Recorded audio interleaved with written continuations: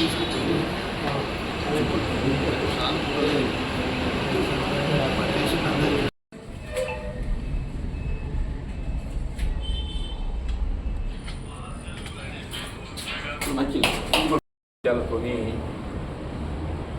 మొక్కజొన్న కానీ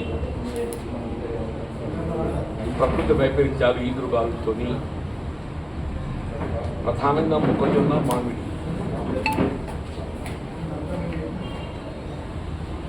చేతికొచ్చే పంట నేలపాలు కావటం నిజంగా దురదృష్టకరం.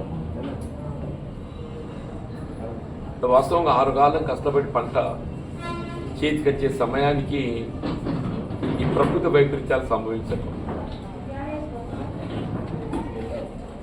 ఇప్పుడు ప్రభుత్వ పరంగా కూడా ఇప్పుడు గత సంవత్సరం కానీ ఈ సంవత్సరం కానీ ఇంతవరకు ఏదైతుందో పంట నష్ట పరిహారం ప్రభుత్వ పరంగా కల్పించే విధమైనటువంటి ఈ విధమైనటువంటి ఒక ఆదేశాలు జారీ చేయబడ్డట్టు గమనిస్తారు. అంటే వాస్తవంగా పంటల బీమా పథకం అమల్లో ఉన్న బాగుంటుండేది. ఇప్పుడు ఈ పంటల బీమా పథకం కూడా అమలు చేయబడలేకపోవడంతో మన బీమా కంపెనీతో కూడా ఈ విధమైన పరిహారం పొందలేకపోతుంది.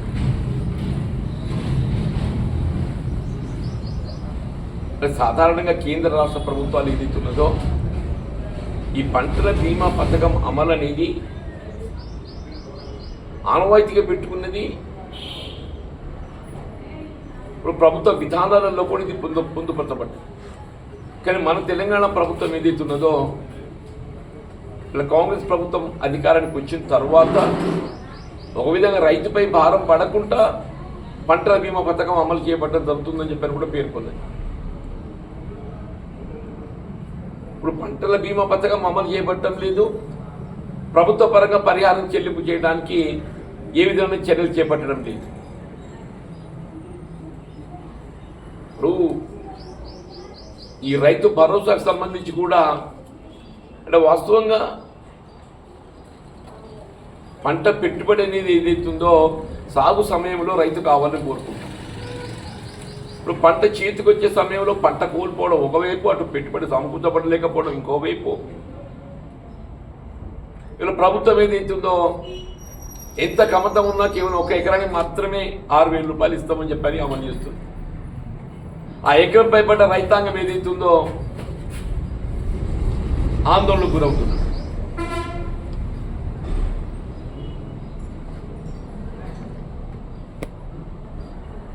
ఇప్పుడు ఈ మొక్కజొన్న కొనుగోలు కేంద్రాలకు సంబంధించి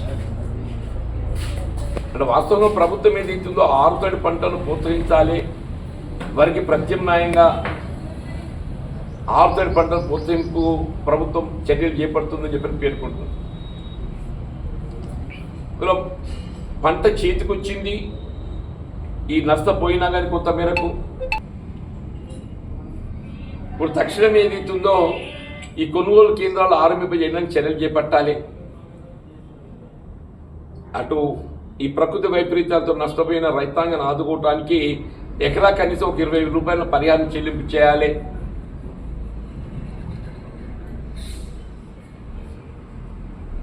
ఇప్పుడు రైతులు ఇంకొక ఆందోళన మొదలైంది. ఈ రైతు బీమా పథకం అనేది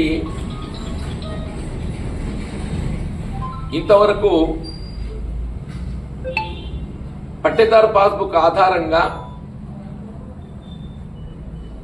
భూమి కలిగి ఉన్న రైతులకు అందరికీ వర్తింపజేసి అంటే దాదాపు రాష్ట్రంలో 60 లక్షల పైచీలకు పట్టేదారు పాస్బుక్ కలిగి ఉన్న రైతులు ఉన్నారు.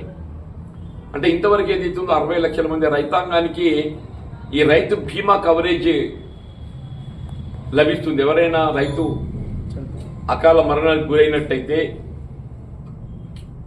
అది ప్రమాదం కానీ లేక అనారోగ్యం కానీ సాధారణ మరణమైనా కానీ 5 లక్షల రూపాయలు వాళ్ళకి ఆర్థిక సహాయం అందింపజేయడం జరుగుతుంది. ఇప్పుడు తెలంగాణ ప్రభుత్వం ఉన్న అసెంబ్లీ సమావేశాలలో ముఖ్యమంత్రి గారు ఏదైతున్నదో కొత్తగా ఇందిరమ్మ సమగ్ర కుటుంబ బీమా పథకాన్ని ప్రవేశపెడుతున్నట్టు ప్రకటించారు. ఇందిరమ్మ సమగ్ర కుటుంబ బీమా పథకం. కుటుంబ యజమాని ఎవరు చనిపోయేలా కానీ వారికి అందరికీ ఈ 5 లక్షల రూపాయల బీమా కల్పింపజేయడం జరుగుతుందని చెప్పి సరే మంచి కార్యక్రమం. ఎవరే కానీ కుటుంబ పెద్ద చనిపోయినట్టయితే కుటుంబాన్ని ఆదుకోవడానికి కొరకు ప్రభుత్వం ఏదైతుందో 5 లక్షల రూపాయలు ఆర్థిక సాయం అందింపజేయాలని చెప్పి తలుస్తుంది అని చెప్పని పేర్కొన్నది. కానీ ఇక్కడ గమనించాల్సింది ఈ రైతాంగానికి సంబంధించి ఇప్పుడు రేషన్ కార్డు ప్రాతిపదికను చూసి కుటుంబ యజమానికి ఏనంటే కుటుంబంలో ఒక్కరికే అది వర్తిస్తుంది. ఇప్పుడు కుటుంబంలో భార్య భర్తలు ఇద్దరికి భూకమతం ఉండి ఇద్దరికి పట్టేదారు పాస్బుక్ కలిగి ఉంటే ఇప్పుడు ఇద్దరికి వర్తిస్తుంది డిఫరెన్స్ రైతు బీమా. ఇప్పుడు ముఖ్యమంత్రి గారు ప్రకటించిన కార్యక్రమం మనకి ఏం అనుమానం కలుగుతుంది అంటే ఇప్పుడు ఒకరికి వర్తిస్తుందని చెప్పాను. వారు ఏమన్నారు 1,10,00,000 ఏదో రేషన్ కార్డు ఉన్నాయి అంటే 60 లక్షల రైతులకు ఆల్రెడీ వర్తిస్తుంది. 60 లక్షల మంది రైతాంగానికి ఆల్రెడీ వర్తిస్తున్నది. మీరేమో 1,10,00,000 అని చెప్పారంటున్నారు.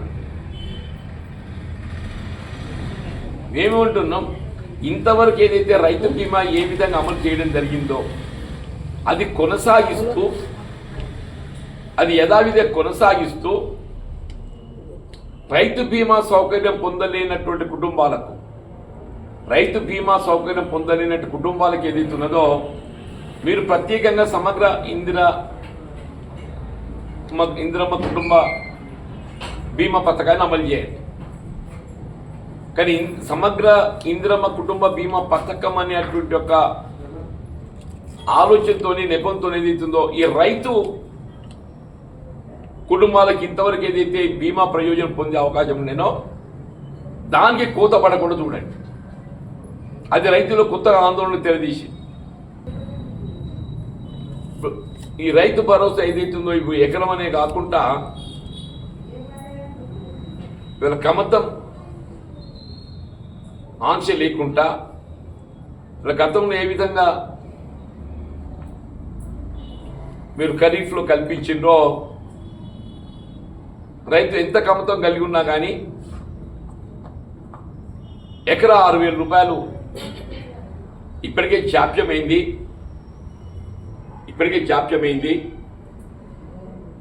అది రైతు భరోసా కల్పించేయాలని చెప్పని కూడా నేను ప్రభుత్వాన్ని కోరుతున్నాను.